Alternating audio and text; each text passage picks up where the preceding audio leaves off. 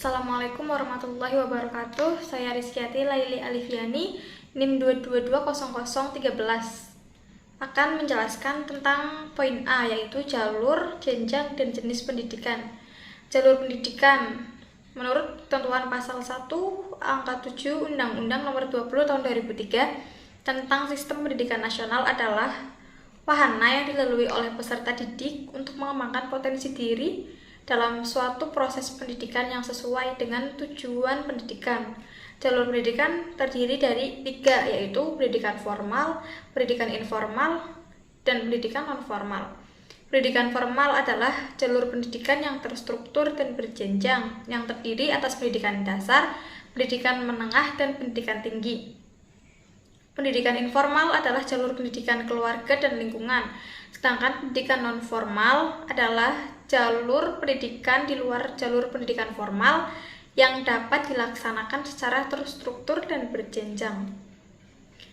2. Jenjang pendidikan. Jenjang pendidikan menurut pasal 1 ayat 8 Undang-Undang Nomor 20 Tahun 2003 tentang Sistem Pendidikan Nasional adalah tahapan pendidikan yang ditetapkan berdasarkan tingkat perkembangan peserta didik, tujuan yang akan dicapai, dan kemampuan yang akan dikembangkan. Jenjang pendidikan formal terdiri atas pendidikan dasar, pendidikan menengah, dan juga pendidikan tinggi. 3. Jenis pendidikan. Jenis pendidikan menurut Pasal 1 ayat 9 Undang-Undang Nomor 20 Tahun 2003 tentang Sistem Pendidikan Nasional adalah kelompok yang didasarkan pada kekhususan tujuan pendidikan suatu satuan pendidikan. Jenis pendidikan ini meliputi pendidikan umum, pendidikan kejuruan, pendidikan akademik, pendidikan vokasi, pendidikan profesi, pendidikan keagamaan, dan juga pendidikan khusus. Implementasi dari jalur pendidikan sebagaimana tersebut di atas adalah melalui bentuk satuan pendidikan yang diselenggarakan oleh pemerintah, pemerintah daerah, dan atau masyarakat dengan cara bertatap muka atau melalui jarak jauh.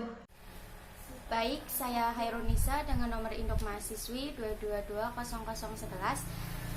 Di sini saya akan melanjutkan materi tentang standar pendidikan nasional.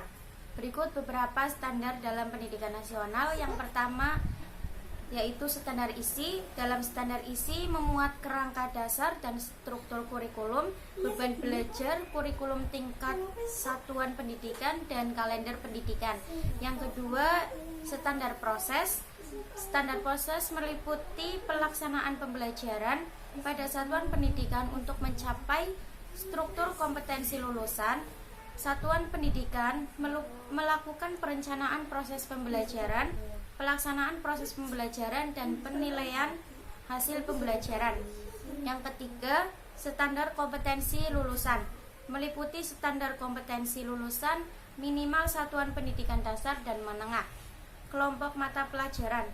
Yang keempat, standar pendidikan, standar pendidik dan tenaga kependidikan. Pendidik harus memiliki kualifikasi akademik dan kompetensi sebagai agen pembelajaran, sehat jasmani dan rohani, serta memiliki kemampuan untuk mewujudkan tujuan pendidikan nasional. Tenaga kependidikan meliputi kepala sekolah, pengawas pendidikan, tenaga administrasi, tenaga perpustakaan, dan lainnya.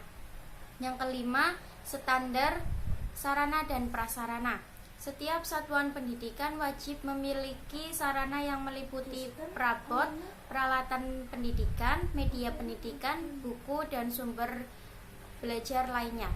Yang keenam, standar penilaian pendidikan. Penilaian pendidikan pada jenjang pendidikan dasar dan menengah meliputi penilaian hasil belajar oleh pendidik, penilaian hasil belajar oleh satuan pendidikan, dan penilaian hasil belajar oleh pemerintah. Sedangkan penilaian pada jenjang pendidikan tinggi diatur oleh masing-masing perguruan tinggi sesuai peraturan perundang-undangannya. Fungsi dan tujuan standar pendidikan nasional. Yang pertama, sebagai dasar dalam pelaksanaan pendidikan. Yang kedua, bertujuan menjamin mutu pendidikan nasional dalam rangka mencerdaskan kehidupan bangsa.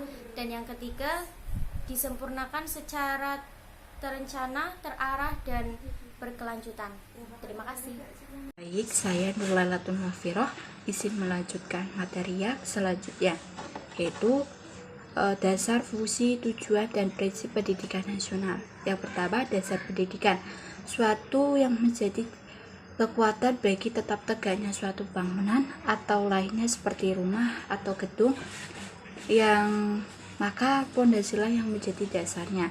Dasar pendidikan di Indonesia adalah Pancasila dan Undang-Undang Dasar 1945 sesuai dengan UU SPN nomor 2 tahun 1989 dan UU Sidiknas nomor 20 tahun 2003.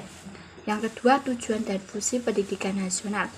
Tujuan pendidikan adalah suatu faktor yang sangat penting di dalam pendidikan, karena tujuan merupakan arah yang hendak dicapai atau yang hendak dituju oleh pendidikan. Pendidikan nasional berfungsi sebagai untuk mengembangkan kemampuan dan membentuk watak serta peradaban bangsa yang bermartabat dalam rangka mencerdaskan kehidupan bangsa, bertujuan untuk berkembangnya potensi peserta didik agar menjadi manusia yang beriman dan bertakwa kepada Tuhan Yang Maha Esa,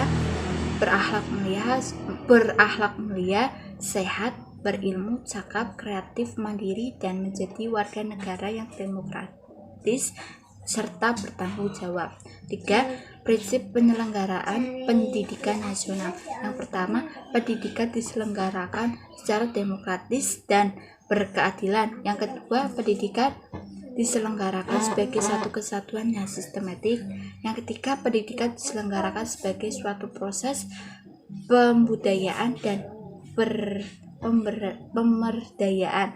Yang keempat, pendidikan diselenggarakan dengan memberi keteladanan. Yang kelima, pendidikan diselenggarakan dengan mengembangkan budaya.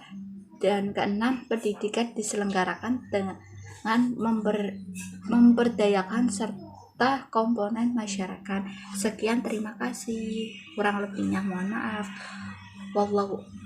Wassalamualaikum warahmatullahi wabarakatuh.